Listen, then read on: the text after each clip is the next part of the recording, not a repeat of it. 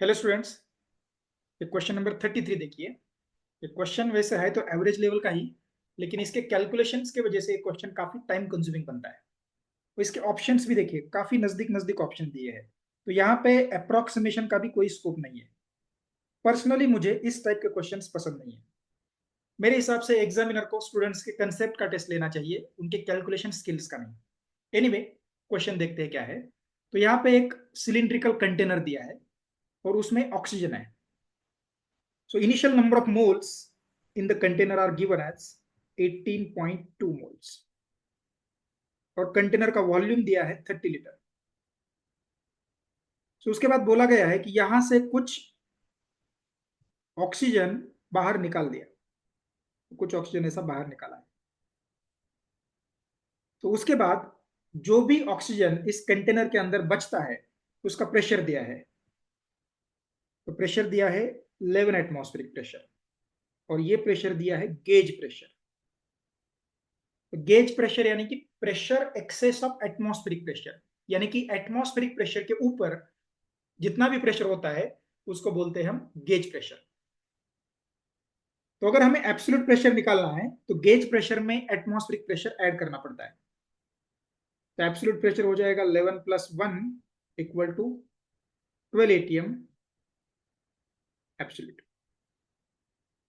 और इसका टेम्परेचर दिया है, तो टेम्परेचर दिया है 27 डिग्री सेल्सियस। तो ये केल्विन में हो जाएगा 27 प्लस 273, यानी कि केल्विन में हो जाएगा 300 केल्विन। और इसमें पूछा है कि जो भी ऑक्सीजन हम बाहर निकाल रहे हैं उसका मास कितना होना चाहिए। तो मास कैसे निकालेंगे, देखो हमें इनिशियल नंबर ऑफ मोल्स पता है, फाइनल नंबर ऑफ मोल्स हम निकाल सकते हैं आइडियल गैस इक्वेशन से। तो आइडियल गैस इक्वेशन होता है पीवी इक्वल टू एनआरटी। तो पी पता है, फाइनल प्रेशर पता है, फाइनल वॉल्यूम पता है, आर दिया है और टी भी पता है। तो उससे हम फाइनल नंबर ऑफ मोल्स निकाल सकते हैं। So initial number of moles minus final number of moles अगर हम करते हैं तो उससे मिलेगा हमें कितने नंबर ऑफ मोल्स हम बाहर निकाल रहे हैं। So number of moles which are being taken out multiplied by molecular weight अगर हम करते हैं तो उससे मिलेगा हमें मास। तो कंसेप्ट बस इतना ही है, बस इसके कैलकुलेशन काफी लेंदी है।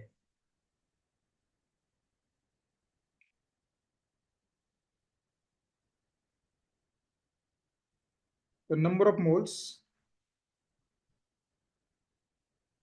N dash remained in container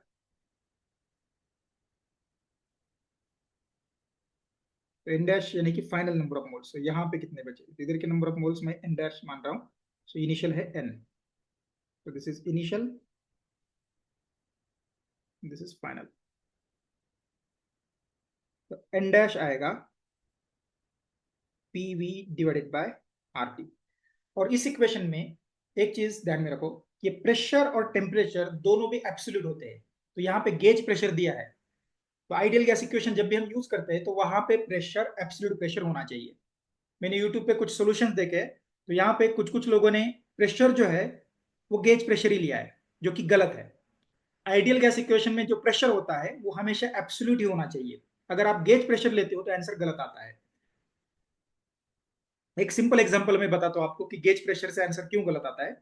मान लो एक कंटेनर है और कंटेनर के अंदर जो गैस प्रेजेंट है, तो उसका जो प्रेशर है वो है एग्जैक्टली 1 एटमॉस्फेरिक प्रेशर। ठीक है, ये है एब्सोल्यूट प्रेशर।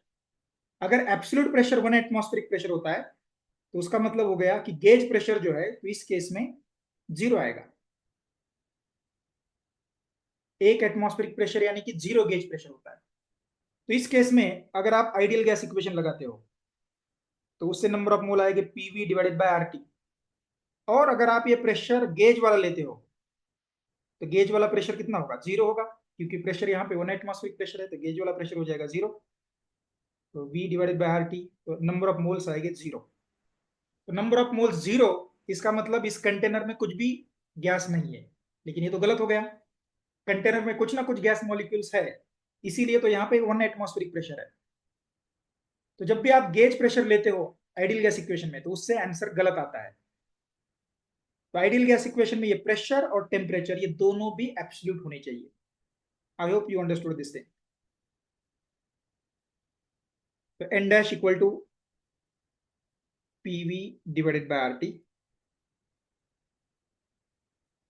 तो पी की वैल्यू है 12 एटमॉस्फेरिक प्रेशर. तो ऐसा यूनिट में हमें लेना चाहिए. तो 12 एटमॉस्फेरिक प्रेशर, सो 12 इंटू एक एटमॉस्फेरिक प्रेशर की वैल्यू दी है 101 into 10 to the power 5 newton per metre square होना चाहिए. यहाँ पे टाइपिंग मिस्टेक है.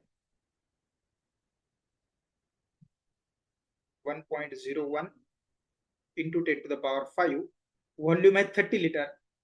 तो 30 लीटर यानी कि मीटर क्यूब में हो जाएगा 30 इंटू 10 टू द पावर -3. तो आर की वैल्यू दी है 100/12. यहाँ पे दी है, देखो आर की वैल्यू 100/12 इंटू टेम्परेचर है 300. ये 12 जाएगा ऊपर. तो 12 इंटू 12 इंटू 1.01. ये 30 डिवाइड बाई 300 1/10 आ जाएगा. और अगर आप पावर्स की कैलकुलेशन करते हो तो फाइनली इसका पावर आएगा 10 टू द पावर -1. तो 12 इंटू 12 144 इंटू 1.01. ये कैलकुलेशन अगर आप करते हो तो ये आता है 14.54 मोल्स. तो मास ऑफ O2 रिमूव्ड, तो ये आएगा नंबर ऑफ मोल्स रिमूव्ड यानी कि initial number of moles minus final number of moles into molecular weight. So initial number of moles 18.2 minus final number of mole 14.54 into molecular weight of oxygen is 32 ग्राम. तो kilogram में हो जाएगा 32 into 10 to the power -3. तो ये calculation अगर आप करते हो तो इसका आंसर आता है अप्रोक्सीमेटली 0.117 kg, जो कि है ऑप्शन 4. तो इस क्वेश्चन में डिफिकल्ट पार्ट बस कैलकुलेशन का ही है. तो यहाँ पे अगर आप छोटा सा भी हल्का सा भी अप्रोक्सीमेशन करते हो, मान लो ये 1.01 को अगर आप अप्रोक्सीमेटली 1 लेते हो तो उसके बाद आंसर ये 2 के नजदीक आता है. तो यहाँ पे अप्रोक्सीमेशन का कुछ भी स्कोप नहीं है, आपको केयरफुली कैलकुलेशन करने पड़ेंगे. आई hope you understood my solution. Please like my video and subscribe to my channel. Thank you very much.